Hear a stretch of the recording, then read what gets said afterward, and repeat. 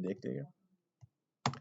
चलें जी, तो हम लोगों ने अपने पहले जो है अपने कंट्रोल्ड इनपुट्स और कंट्रोल्ड कंपोनेंट्स को देखा हुआ है। वो क्या काम कर रहे थे हमारे, हम लोग अपनी स्टेट को बनाते थे और उस स्टेट के अंदर आकर हम लोग क्या काम करते थे, उसकी वैल्यू को एक्सेस करते थे और उसके बाद उसके ऊपर अगर चेंज करना चाहते ऑन चेंज पेमेंट ऐड करते थे, उसके बाद उस वैल्यू को एक्सेस करके हम लोग सबमिट कर देते थे। कुछ ये काम कर रहे थे, वो थे हमारे पास कंट्रोल्ड कंपोनेंट्स। कंट्रोल्ड इनपुट्स में उनको कहा जाता है। इनके ऑपोजिट हमारे पास होते हैं और वो होते हैं हमारे पास हमारे अनकंट्रोल्ड कंपोनेंट्स हमारे पास अब होते हैं। और ये अब अनकंट्रोल्ड जो कंपोनेंट्स है वो क्या काम कर रहे होते हैं हमारे पास, आप कह लो कि ये एक तरह का हुक है, यूज रेफ का हुक, जो कि हमारे अनकंट्रोल्ड कंपोनेंट्स मेनली बनाते हैं और ये मेनली बनाते हैं हमारे डायरेक्ट डॉम नोड्स को टारगेट करने के लिए। अगर डॉम नोड्स क्या चीज है, डॉम हमने बात की थी, क्या चीज है DOM? Exactly, document object model होता है हमारे पास, लाइक हमारी जो HTML है वो सारी की सारी। अब जो है ना, हमने देखा था अपनी JS के अंदर, जावास्क्रिप्ट के अंदर, किसी भी एलिमेंट को अगर हमें टारगेट करना था, document dot gate element by ID query selector, इनके थ्रू हम लोग टारगेट कर सकते थे उन चीजों को। बट यहाँ पे हम लोग अब वो चीज यूज नहीं करेंगे, क्योंकि रिएक्ट में हम लोग वो चीज यूज नहीं करते हैं, ये प्रिवेंट कर देता है हमें उस चीज से। हम लोग यहाँ पे आके अगर हमें किसी भी एलिमेंट को डायरेक्ट टारगेट करना है ना, तो हम लोग यहाँ पे आके यूज रेफ को यूज करते हैं। इसका ये काम है कि डायरेक्ट आपके उस एलिमेंट को टारगेट कर सकता है ये, और कोई नहीं कर सकता। इसको डॉम नोड्स कहा जाता है, ठीक है, डॉम नोड्स। तो मैं यहाँ पे आ रहा हूँ बस, और जो मेरी index.js है, index.js के ऊपर जाकर मैं बस कॉल करवा रहा हूँ यहाँ पे, क्या मेरा नाम था उसका, यूजरेफ कंपोनेंट। मैंने उसको बनाया हुआ है यूजरेफ कंपोनेंट कुछ इस तरह से, और उसके बाद इसको जो है ऊपर से हटाते हैं और इंपोर्ट कर देते हैं यूजरेफ को। इंपोर्ट करवाओ मेरे यूजरेफ कंपोनेंट को। यूजरेफ कंपोनेंट फ्रॉम कहां से, मेरे डॉट स्लैश, कहां पर है भला ये, हुक्स के अंदर स्लैश यूजरेफ, और उसके अंदर स्लैश ये यूजरेफ कंपोनेंट। सेव करके अगर इसके अंदर हम लोग गए हैं तो ये आ गया हमारे पास। अगर मैं ब्राउजर में आकर देखता हूं तो इसको मैंने स्टार्ट नहीं किया, आई गेस अभी, है ना, स्टार्ट नहीं किया। इसको स्टार्ट कर लेते हैं npm स्टार्ट करके। इसको मैं कर रहा हूं यहाँ पे आके npm स्टार्ट, और ये हमें यूजरेफ कंपोनेंट हमें शो करवा देगा हमारे ब्राउजर में।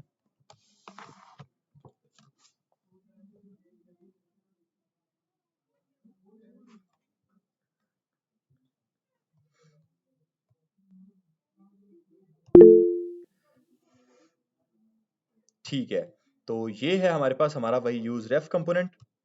जरा इसको ओपन कर लेते हैं।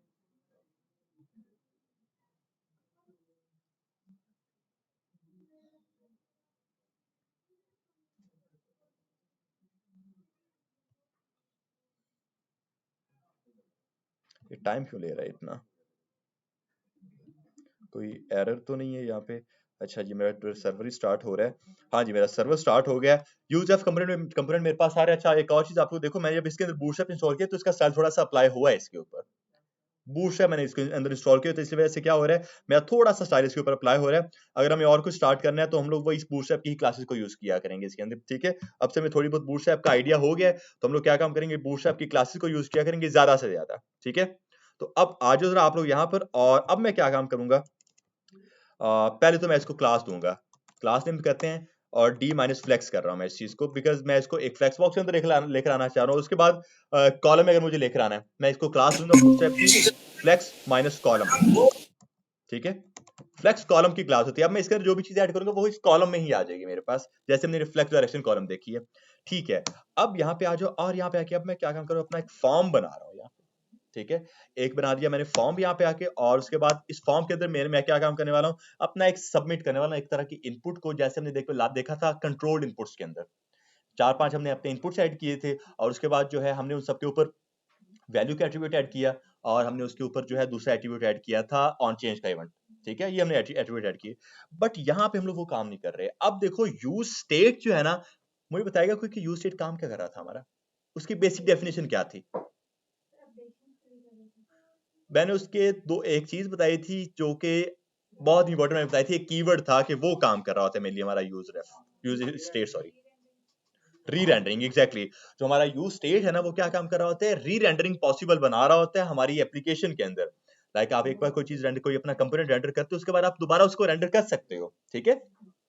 यूज स्टेट ये था, बट यूज रेफ भी कुछ उसी तरह का काम कर रहा है। अब मैं आपको दोनों चीजें यहाँ पे ऐड कर देता हूँ एज एन कमिट्स।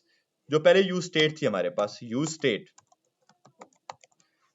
क्या काम कर रही होती है हमारे पास, इसको मैं दे रहा हूं कि प्रेजर्व वैल्यू,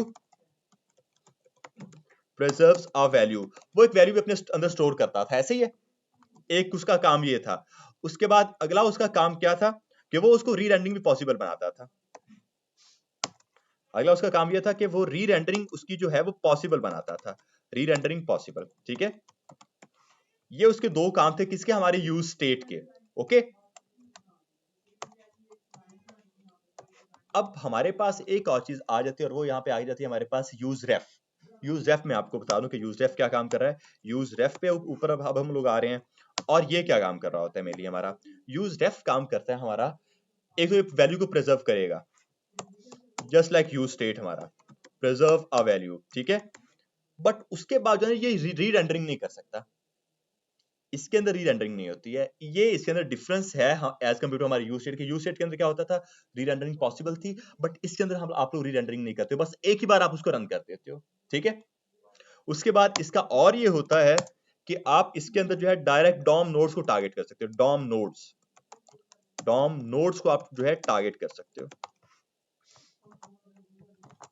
मेनली यूज रेफ का ये काम होता है, एक वैल्यू स्टोर करवा सकते हो और उसके बाद डॉम नोड्स को भी टारगेट कर सकते हो। अब जरा इसको देखते हैं काम किस तरह से कर रहा होता है हमारा। जिस तरह से हमने अपने यूज स्टेट को ऊपर इंपोर्ट करना होता है, यूज इफेक्ट को इंपोर्ट करना होता है, उसी तरह से हमें अपने यूज रेफ को भी ऊपर इंपोर्ट करना पड़ता है, ठीक है। तो मैं आ जाऊंगा यहाँ पर और मैं यहाँ पे आके, अच्छा मैं इसको सेंटर में लेकर आना चाह रहा हूँ, तो मैं इसका जस्टिफाई कंटेंट और अलाइन आइटम सेंटर करूंगा, क्लास दूंगा मैं, ठीक है। Justify minus content minus centre, save करेंगे, और उसके बाद एक align minus items minus centre, ठीक है। सेव करिए इस चीज को, सेंटर में आ चुका है सारा कंटेंट, और वर्टिकली भी सेंटर में होगा अगर इसकी हाइट थोड़ी बड़ी तो, ठीक है। इतना ये काम बन गया हमारे पास। और यूज रेफ जो है इसका यू मैं स्मॉल में रखूंगा, कुछ ये मैं कुछ यही काम करना चाह रहा था, ओके। बाकी अगर आपने इसका और साइज वगैरह छोटा करें तो बूटस्ट्रैप की क्लासेस हैं, LG है, SM है, XS XL है, उसके बाद MD होता है, आप लोग सारी क्लासेस को यूज कर सकते हो।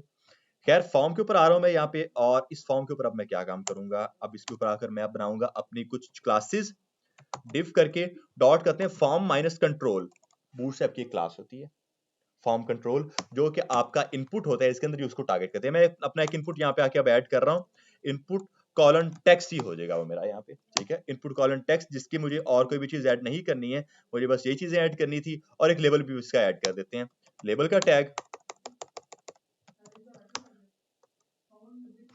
लेबल, ये सजेस्ट मुझे करेगा, आई थिंक लेबल के स्पेलिंग गलत है, हाँ लेबल के स्पेल ये थे। और इसके अंदर आकर हम लोग लिख देते हैं अपना नेम, HTML4 में नेम, और इसकी आईडी में हम लोग पास कर देंगे अपना यही नेम। ये लेबल का काम काम क्या करा था, वाला लेबल का जो एट्रीब्यूट था, टैग था,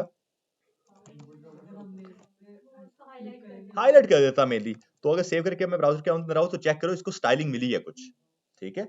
बाय डिफॉल्ट ये क्यों क्लास इसको स्टाइलिंग मिली है, क्योंकि मैंने ये फॉर्म कंट्रोल की इसको क्लास दी है, उसकी वजह से जो है इसको स्टाइलिंग मिल गई है कुछ यहाँ पे आके। अगर अब हम लोग इसके ऊपर आकर क्लिक भी करते हैं तो भी वो उसको हाईलाइट करके दे रहा है, बिकॉज ये हमारी उसका काम है, लेबल के टैग का काम है। इसके बाद और मैं आकर ये काम कर रहा हूँ, इसी फॉर्म के अंदर आकर मैं अपना एक बटन ऐड करूंगा, और जिसका मैं नाम रखूंगा, जिसको मैं क्लास दूंगा btn dot btn minus primary. एक क्लास होती है जो कि हमारा प्राइमरी कलर ऐड कर देती है, लाइक जस्ट लाइक ब्लू हो सकता है ये। सबमिट करो इस चीज को, तो ये कुछ इस तरह से बन के आएगा, ठीक है। मैंने बस ये काम किया। अगर इसको थोड़ा सा, अगर आपने स्पेसिंग देनी है तो M कर दो, इसको मार्जिन दे दो, M करके मैं इसको दे रहा हूँ टॉप से मार्जिन, MT करूंगा मैं, और मैं 3 कर दूंगा इस चीज को, सेव ब्राउजर। तो ये इतना बन गया, ओके। और उसके बाद जो है ये मेरा पूरा का पूरा जो एक फॉर्म होने वाला है ना, इस फॉर्म को अगर मैं कोई क्लास देना चाहूँ तो वो मैं दे सकता हूँ। अगर मैं इसको क्लास नेम फॉर्म की क्लास दे ही देता हूँ कुछ यहाँ पे आके, और उसके बाद इसको अगर हमें CSS देनी हो तो वो हम लोग दे देंगे। मैं इसको CSS थोड़ी सी ऐड कर रहा हूँ, बस इसकी यहीं पे इसको मैं ऐड करूंगा। बेसिकली मैं इसको जो है एक आउटलाइन देना चाह रहा हूँ, मैं इसको इनलाइन स्टाइल दे रहा हूँ, ठीक है। एक इसको बैकग्राउंड कलर देते हैं, बैकग्राउंड कलर कॉलन, और उसके बाद जो है हम लोग कर देते हैं इस चीज को आकर ग्रे टाइप का कर देते हैं। बाकी इसका जो है हम लोग हाईलाइट कर लेंगे और RGB को यूज कर लेंगे। उसके बाद जो हम लोग एक और काम ये करेंगे कि एक कुछ हिस्सा से आया हमारे पास, ठीक है। इसकी हाइट वगैरह थोड़ी सी बढ़ा देंगे। इसकी हाइट कर देते हैं हम लोग आकर कोई तकरीबन 50 VH, अगर मैं करता हूँ यहाँ पे आके कुछ ये, ठीक है, 50 VH कर दी। उसके बाद इसकी विड्थ भी, विड्थ कॉलन कर देते हैं, वो हम लोग कर देते हैं तकरीबन 50% तक का कुछ ये। और उसके बाद जो है ये सारा का सारा कंटेंट सेंटर में रखना चाह रहा हूँ मैं। अच्छा, ये जो है ना, ये देखो, ये उसको CSS मिली है मेरी फॉर्म कंट्रोल की जो क्लास है उसकी वजह से। अगर मैं इसको हटा दूं तो ये मेरी हट जाएगी कुछ इस तरह से, ठीक है। तो ये फॉर्म कंट्रोल की क्लास थी मेरे पास एक, मैंने वो यूज की हुई है यहाँ पे आके। ओके जी, ये हो गया हमारे पास। और उसके बाद जो है इसके अंदर थोड़ा बहुत स्पेसिंग अगर आप देना चाहते हो तो पैडिंग दे दो हर साइड से, पैडिंग -4 तक की। सॉरी, मुझे पैडिंग, मुझे मार्जिन देनी है, इसको मुझे मार्जिन ही देनी है। ओके जी, ये एक तो हो गया हमारे पास। और उसके बाद इसकी विड्थ कुछ अगर मुझे कम करनी हो तो W-50 कुछ ये, ठीक है। ये एक तो काम बन गया हमारा। और मैं बटन को भी जो है ना उसी के अंदर अगर ऐड कर देता हूँ आकर, तो ये कुछ हाँ, ये कुछ बेहतर है हमारे लिए, ठीक है, ये कुछ बेहतर लग रहा है मुझे। मैं कुछ ये बनाऊंगा। और उसके बाद जो है इसके अगर मैं कर दूं मार्जिन को ऑटो, इसके भी मार्जिन को मैं ऑटो कर दूं, M- ऑटो करूंगा मैं। ये क्लास है हमारे पास मार्जिन की, M ऑटो करूंगा अगर मैं, ये कुछ हिस्सा से आ जाएगा। ओके। और आई गेस मैंने टॉप बॉटम से भी किया। मैं इसको एक और चीज दूंगा, X से मैं करूंगा, X साइड से ऑटो, बिकॉज वो X एक्सिस के अंदर होगा। बट Y के अंदर जो है मैं इसको थोड़ी सी दूंगा MT से -3 या 4 कुछ ये। मैं कुछ ये काम करना चाह रहा हूँ, कुछ बेहतर लग रहा है मुझे ये। ओके है। और अगर मुझे इसको भी कोई हाइट वगैरह देनी हो तो वो भी मैं दे दूंगा।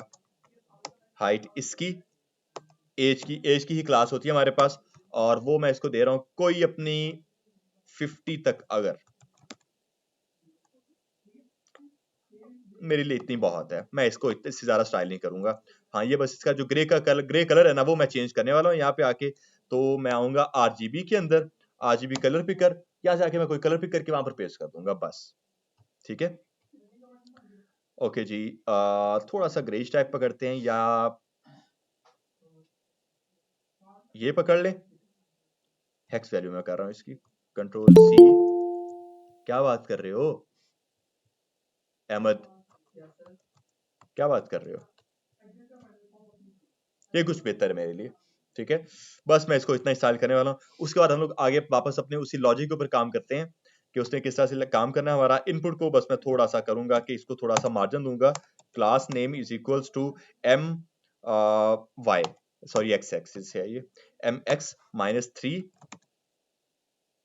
मैं कुछ ये करना चाह रहा हूँ, ठीक है। और नेम में 3 को छोड़ के मैं इसको 2 कर रहा हूँ बस, इतना बहुत है। इसके अलावा और मुझे कुछ नहीं करना। अब आकर मैं वापस इसके ऊपर काम करता हूँ, ठीक है। अब इसको मुझे सबमिट करना है। तो सबमिट के लिए हमें पता है हमें क्या काम करना पड़ेगा, अपना एक सबमिट हैंडलर बनाना पड़ेगा, ठीक है। तो मैं यहाँ पे आके अपना एक सबमिट हैंडलर बना रहा हूँ। इसी के अंदर मैं करूंगा कॉन्स्ट करो submit handler is equals to, और उसके बाद जो है console.log करो, फिलहाल के लिए सबमिट डेटा, सबमिट डेटा, ठीक है। और ये सबमिट हैंडलर मैंने आपको बताया था दो तरीकों से कॉल हो सकते हैं, या ऑन क्लिक के ऊपर या फिर ऑन सबमिट का इवेंट लगता है हमारे पास, एग्जैक्टली, ठीक है। तो मैं इसको ऑन सबमिट के इवेंट के ऊपर कॉल, बटन के ऊपर इस बार आकर कॉल करवा सकता हूं, क्योंकि ऑन सबमिट हमने पहले भी देखा है। ऑन क्लिक के ऊपर कॉल करवाते हैं और उसका नाम रखते हैं सबमिट हैंडलर। ओके।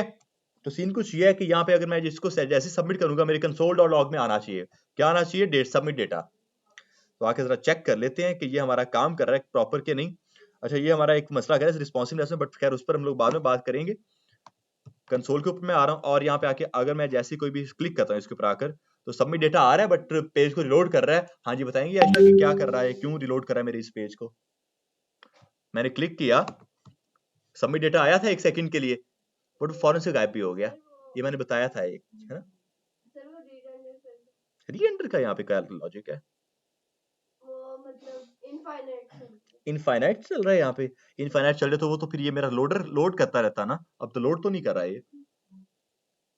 हाँ हाँ,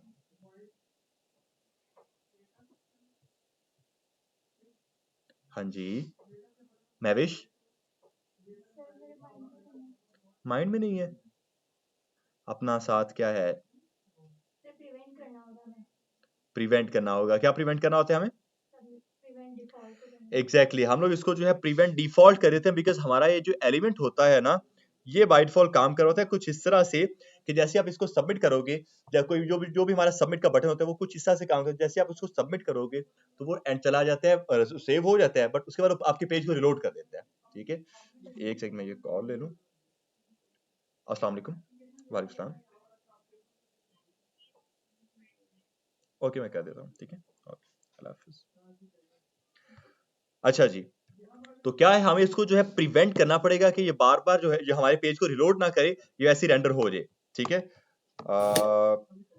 किसी ने ज्वाइन तो नहीं किया हुआ यार। ठीक है, तो मैं आऊंगा यहाँ पर और मैं किस तरह से इसको प्रिवेंट करता हूँ, मैं इसको प्रिवेंट करता हूँ यहाँ पे अपना एक इवेंट पास करके, और उसके बाद हम लोग क्या काम करते थे, E dot prevent default, E dot prevent default हम लोग करते थे कुछ इस तरह से।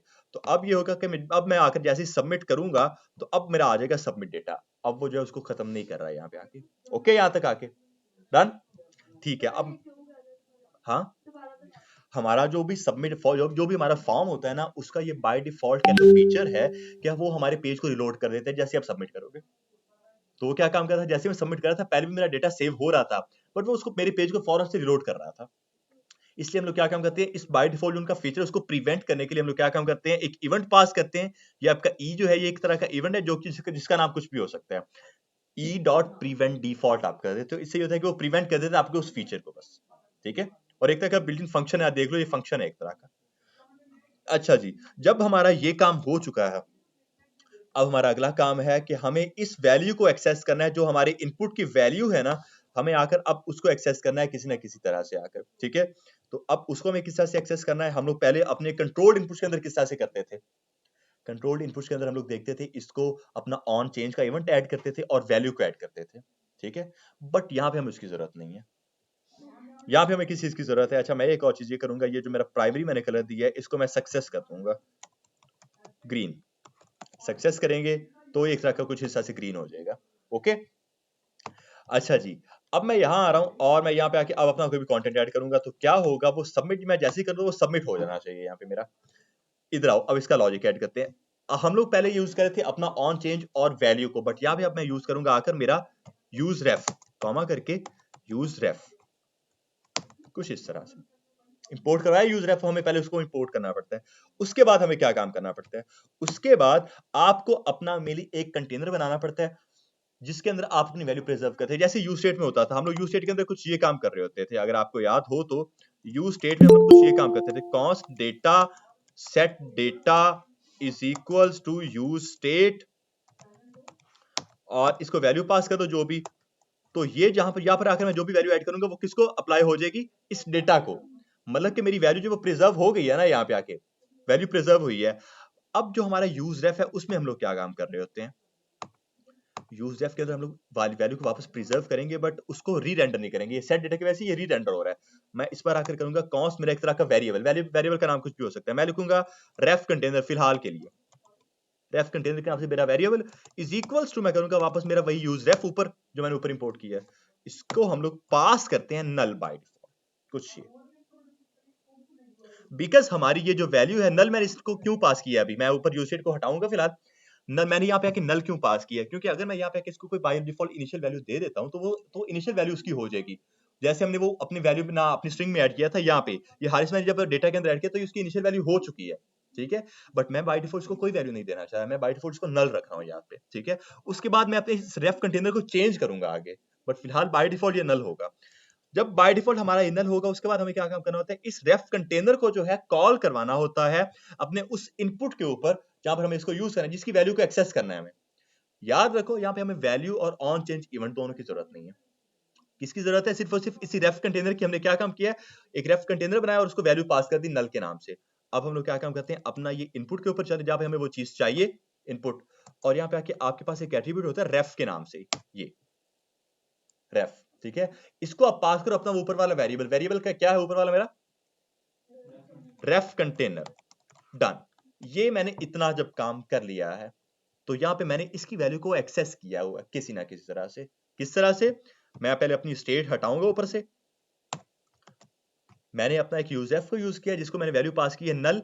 मैंने आपको भी स्टार्टिंग में बताया कि ये जो होता है हमारे डायरेक्ट डॉम नोड्स को टारगेट कर रहा होता है, एक वैल्यू प्रिजर्व करता है और ये डायरेक्ट डॉम नोड्स को टारगेट करता है। तो वैल्यू हमने इसको दिया क्या? बाय डिफॉल्ट नल, ठीक है। और इसने क्या काम किया? हमारे डॉम नोड्स को भी डायरेक्ट टारगेट किया इसके ऊपर जाकर। यहां तक क्लियर है सबको? ठीक है, जब यहां तक आके हम सबको क्लियर है, उसके बाद जरा आओ इधर अपने कंसोल डॉट लॉग में और मैं यहाँ पे आके अब अपना कंसोल डॉट लॉग करूंगा। इस पर आकर मैं करूंगा मेरा वही रेफ कंटेनर तो मेरे ऊपर अपना वेरिएबल बनाया हुआ था। सेव करो और ब्राउजर के ऊपर आओ। अब use state is not defined but never use, मैं उसको हटा ही दूंगा यूज स्टेट को, वार्निंग मैं किसी तरह की नहीं चाह रहा। ठीक है, अब आओ जरा यहाँ पर और अब जरा इसको चेक करो। मैं आऊंगा अगर मेरे कंसोल के ऊपर तो आप लोग देखोगे क्या हो रहा है। यहाँ पे एक बार आकर मैं अगर इसको रिलोड कर देता हूँ, बाय डिफॉल्ट ये एम्प्टी आ रहा है। ओके ठीक है, मैंने खाली रेफ कंटेनर किया, मैं जो रेफ कंटेनर डॉट करके करंट इसको पास करना है, करंट। अब करंट से मैंने जब ये काम कर दिया, अब इसको सेव करके अब आओ जरा आप लोग अपने ब्राउजर में, और अब इसको आकर मैं कहता हूँ सेव। मैंने इसको कंसोल डॉट लॉग किए। मैं अब अगर आकर इसको करता हूँ हारिस और सबमिट करते हैं, ठीक है। अब चेक करो क्या हो रहा है। जैसे ही मैंने उसको सबमिट किया, वो मुझे बता रहा है कि यार आप एक पूरा का पूरा इनपुट जो है वो रिटर्न करवा रहे हो। मैंने आपको बताया था क्या चीज मैंने आपको बताई थी कि जो हमारा ये यूज रेफ है वो एक वैल्यू को अपने अंदर सिर्फ प्रिजर्व करता है, उसको रीरेंडर नहीं करता। यहाँ पे वही बता रहा है कि यार रेफ कंटेनर डॉट करंट, इसके अंदर ये बिल्ट इन होता है करंट, जो कि हमें बता रहा होता है कि आपने कौन सा एलिमेंट जो है वो यहाँ पे आके क्रिएट किया है, ठीक है। कौन से एलिमेंट के अंदर आपने अपनी वैल्यू को प्रिजर्व किया है। मैं अगर यहाँ पे आके इसको सबमिट कर रहा हूँ हारिस को, वो कह रहा है कि यार आपका एक इनपुट टाइप है जिसकी टाइप टेक्स्ट है, आप उसको प्रिजर्व कर रहे हो। और अगर मैं इसको ref container dot current dot value कर लेता हूँ कुछ ये, अब मुझे ये वैल्यू मिलने वाली है हारिस। अगर मैं अब इसको एक बार आकर दोबारा से रिलोड कर लूं और अब अगर आकर मैं अली कर लेता हूं और सबमिट करते हैं अगर आकर अब इस चीज को, तो अब अली आ रहा है। ठीक है, समझ आई किस तरह से काम कर रहा है हमारा। हमें ना वैल्यू की जरूरत है ना हमें ऑन चेंज की जरूरत है। ये होते हैं हमारे पास हमारे अनकंट्रोल्ड इवेंट्स, अनकंट्रोल्ड इनपुट्स। किस तरह से? आप पहले क्या काम करते हो, सिर्फ अपना एक यूज रेफ बनाते हो सबसे पहले आकर, उसकी वैल्यू आप नल पास कर दो बिकॉज आप बाय डिफॉल्ट उसको कोई वैल्यू नहीं देना चाह रहे हो। उसके बाद आप अपने उसी वेरिएबल को जो है कॉल करवा दो, या अपने उस इनपुट के ऊपर जहां पर आपने उसको यूज करना है, जिसकी वैल्यू को एक्सेस करना है। यहाँ पे आके मैं इसकी वैल्यू को एक्सेस करूंगा, उसको पास करूंगा रेफ एट्रीब्यूट के अंदर आकर। जब मैंने रेफ एट्रीब्यूट के अंदर आकर उसको पास कर दिया, आगे जो है मैं इसको यूज कर सकता हूँ। मैं इसको सबमिट कर रहा हूँ, ये सबमिट हो रहा है। आगे हमारा वापस से वही सीन है। आप ये अगर आपको आगे अपनी मैपिंग करनी है, आपको बस अपनी स्टेट बनानी पड़ेगी और उसके अंदर आपको ये मैपिंग करनी है। मैपिंग के लिए तो हमें स्टेट बनानी पड़ेगी अपनी, क्योंकि वो एफडी एरे होगा। बट इस तरह से हमने क्या काम किया, बगैर वैल्यू बगैर ऑन चेंज इवेंट के हमें इसको यूज कर लिया। लेकिन ये जो है ना, ये ज्यादा प्रेफरेबल नहीं है। प्रेफरेबल ये किस तरह से नहीं है, देख लो यहाँ पे आके क्या हो रहा है। मेरे पास फिलहाल के लिए सिर्फ और सिर्फ एक तरह का एक है इनपुट। मेरे पास 10-20 अगर इनपुट्स होते हैं, मुझे 10-20 इस तरह से वेरिएबल्स बनाने पड़ेंगे अपने, और उन 10-20 वेरिएबल्स को वैल्यू ये प्रिजर्व करनी पड़ेगी मुझे। हमने लास्ट क्लास में एक देखे थे मल्टीपल इनपुट्स को किस तरह से टारगेट करना है, वो बेस्ट चीज है इन सबको टारगेट करने के लिए, ठीक है। बट ये अक्सर आप लोगों से पूछा जाता है कि कंट्रोल्ड और अनकंट्रोल्ड इनपुट्स क्या है, वो कुछ ये होते हैं, प्रिजर्व करते हैं हमें अपने अंदर। अच्छा, अब मैं आपको एक और चीज मैंने आपको स्टार्टिंग में बताई कि ये डायरेक्ट हमारे जो डॉम नोड्स को टारगेट कर रहा होता है, ठीक है। इसका आप एग्जांपल लो कुछ इस तरह से। मैं अपना आगे आकर एक और वेरिएबल बना रहा हूँ, इसको ऐसे ही करते हैं। यहाँ पे आके मैं अपना एक और वेरिएबल बना रहा हूँ जिसका नाम मैं करूंगा कॉन्स्ट करके ही मेरा डिव कंटेनर। कॉन्स्ट मेरा div container is equal to वापस यूज रेफ, और इसकी वैल्यू भी बाय डिफॉल्ट नल ही मैं करूंगा, ठीक है। बेसिकली मैं नीचे आके अपना एक और वेरिएबल बनाने वाला हूँ डिव फॉर्म के बाहर, डिव बनाने वाला हूँ। और उसके बाद मैं करने वाला हूँ डिव, और इसको दूंगा मैं हेलो वर्ल्ड, बस कुछ इस तरह से। ऊपर वेरिएबल है मेरा यूज रेफ का डिव कंटेनर, और यहाँ पे आके जो है मेरे पास हेलो वर्ल्ड है। मैं इधर आऊंगा और मैं रेफ के ऊपर अपने उस वेरिएबल को कॉल कराऊंगा, क्या? Div container. डिव कंटेनर हमारे पास आ चुका है कुछ इस तरह से। अब आओ जरा इधर, और अब जरा आप लोग इस चीज को चेक करो। वापस आकर मैं इधर अगर कंसोल डॉट लॉग कर लेता हूं, कंसोल डॉट लॉग वापस से वही मेरा डिव कंटेनर। अगर मैं ऐसे इसको डिव कंटेनर करूं तो अब देखते हैं, तो मैं बगैर उसके कर रहा हूं ये। मैंने यहाँ पे आके कोई करंट नहीं डाला, कोई उसकी वैल्यू नहीं डाली है, मैं सिर्फ वो कर रहा हूँ। अब चेक करोगे आप लोग क्या दिखाता है वो हमें। ऐसे एक तो रैंडम ऐड करते हैं अहमद और सबमिट। अब देखो दो चीजें वो दे रहा है हमें, एक अहमद जो कि इस पहले वाली इनपुट के लिए था, ठीक है। बट उसके बाद एक और वो हमें चीज क्या शो करवा रहा है, करंट, कि आपने किस डॉम नोड के एलिमेंट को टारगेट किया, डॉम के किस एलिमेंट को टारगेट किया है। करंट वो क्या है, वो एक तरह का डिव है हमारे पास यहाँ पर। अगर मैं इसको क्लिक करके दिखाऊं आप लोगों को, वो बताएगा कि यार एक तरह का डिव है, उसके अंदर जो भी कंटेंट पड़ा हुआ है वो कुछ ये होगा, हेलो वर्ल्ड चिल्ड्रन उसका होगा। तो ये जो है अपने के उस एलिमेंट को टारगेट करता है। आगे मैं ऑब्वियस है div कंटेनर डॉट करंट करता हूं ना, तो उसकी वैल्यू मुझे दे देगा जो भी उसकी वैल्यू होने वाली है। अब अगर आकर मैं दोबारा इसको करता हूं सबमिट,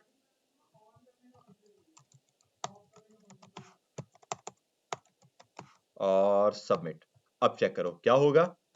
वो मुझे बताएगा कि एक तरह का पूरा प्रॉपर डिव है और उस डिव के अंदर ये काम हो रहा है, ठीक है। और उसके बाद अगर मैं इसकी वैल्यू करता तो ऑब्वियस वो मुझे उसकी वैल्यू दे देगा। समझ आ गया आप लोगों को किस तरह से हम लोग क्या काम कर रहे हैं, अपने इन इनपुट्स को यूज कर रहे हैं यहाँ पे। बस इसका कुछ इतना ही काम होता है यूज रेफ का। डायरेक्ट या तो डॉम नोड्स को टारगेट कर लो अपना, ठीक है। डॉम नोड्स को किस तरह से टारगेट कर सकते हो, अपना एक रेफ कंटेनर बनाओ, रेफ यूज रेफ बनाओ और उसको कॉल करवा दो उस एलिमेंट के ऊपर जाकर। वरना इसका एक काम ये होता है कि आप अपने डॉम नोड्स को एक्सेस करना चाह रहे हो। और एक और चीज इसके अंदर होती है, अक्सर आप लोग फोकस करना जब चाह रहे होते हो, किसी ने ज्वाइन नहीं किया यार। अच्छा जी, अगर अक्सर आप लोग अपना फोकस करना चाह रहे होते हो, मैं यहाँ पे आ रहा हूँ और मैं यहाँ पे अपना एक यूज इफेक्ट ऐड कर रहा हूँ, ठीक है। हम लोग यूज इफेक्ट को देखा था, वो क्या काम कर रहा था, जब जब हमारा कंपोनेंट रन करता है तब तब हमारा ये वाला कंटेंट भी रन करेगा, ठीक है। और यहाँ पे आके हम लोग अपना एक एम्प्टी एरे डालते थे, वो किस लिए होता था, इनिशियल टाइम पर रन करे, ऐसे ही है, सिर्फ इनिशियल टाइम पर वो रन करना चाहिए। बट यहाँ पे आके जो है ना, मुझे इस चीज की जरूरत नहीं होगी। मुझे क्यों इस चीज की जरूरत नहीं होगी, बिकॉज जो मेरा यूज रेफ है वो काम ही ये कर रहा है कि वो सिर्फ और सिर्फ एक बार ही रन करेगा, ठीक है। वो उसको सिर्फ वैल्यू को प्रिजर्व करेगा, री रेंडर तो उसमें पॉसिबल है ही नहीं, तो मुझे इसकी चीज की भी जरूरत नहीं है। मैं यहाँ पे आके डायरेक्ट ये कर सकता हूँ, रेफ कंटेनर जो है ना मेरा, डॉट रेफ कंटेनर ऊपर वाला, डॉट करूंगा मैं उसके ऊपर आकर, डॉट करंट करते हैं, और डॉट करके अगर मैं आकर इसको फोकस दे देता हूँ ना, फोकस कुछ इस तरह से, सेव करो और ब्राउजर में आओ अगर आप लोग, तो इसको एक बार आकर बस रिलोड कर लो, तो ये चेक करो बाय डिफॉल्ट क्या उसके ऊपर बाय डिफॉल्ट फोकस हुआ पड़ा है। एलिमेंट को टारगेट किया, बाय डिफॉल्ट उसको हमने फोकस करके दे दिया। इसको मैंने यूज इफेक्ट के अंदर ऐड किया है, बिकॉज जब मेरा कंपोनेंट फॉरन रन करेगा साथ में मेरा ये वाला लॉजिक भी रन कर जाएगा। तो ये जो फोकस है, ये हमारे पास हमारी जेएस के अंदर एक बिल्ट इन मेथड होता है, बस आपके एलिमेंट को फोकस करने के लिए। आप एग्जैक्टली हाईलाइट जो होता है ये, ठीक है। ये मेनली बस हमारा यूज रेफ है, इसके अलावा यूज रेफ कोई भी काम नहीं। लेकिन इसका क्वेश्चन जरूर पूछा जाता है आपसे इंटरव्यू में कि हम लोग यूज क्यों करते हैं। ये वैल्यू प्रिजर्व सिर्फ करता है, उसको री रेंडर पॉसिबल नहीं बनाता ये, ठीक है। उसके बाद जो इसका ये काम है कि डॉम नोड्स को डायरेक्ट टारगेट कर लेता है, ये इसके काम है बस। ओके, यहां तक आके कोई मसला किसी को भी क्लियर है? बस ठीक है, बस सर एक दफा कोड दोबारा दिखा दो। ये मेरा कोड चेक कर लें, ये हमारा मेनली कोड है यूज रेफ का, ठीक है। अब सीन कुछ ये है कि यहाँ पर मैं अपनी रिएक्ट को एंड कर रहा हूँ, बट हमारे पास एक तो हुक्स और हैं, ठीक है। वो जो है मैं आपको बैकएंड के साथ कराऊंगा, बिकॉज मैंने अब बैकएंड से अपनी एपीआईज को फेच करना है। इमेजेस मैं आपको करके दूंगा, मैंने कुछ देखा नहीं अभी तक, मैं उसको देख के अब आपको करवाऊंगा फिर, ठीक है। बाकी हमारा बाकी सारा रिएक्ट में एंड है, इसके अलावा और किसी चीज की हमें जरूरत नहीं है सच यहाँ पर आके। अब मुझे बताना है आप लोगों ने हमें मसला किस किस चीज में है भला, पूरे रिएक्ट में। मैं अपनी रिकॉर्डिंग यहाँ पे आके जो है वो एंड कर रहा हूँ,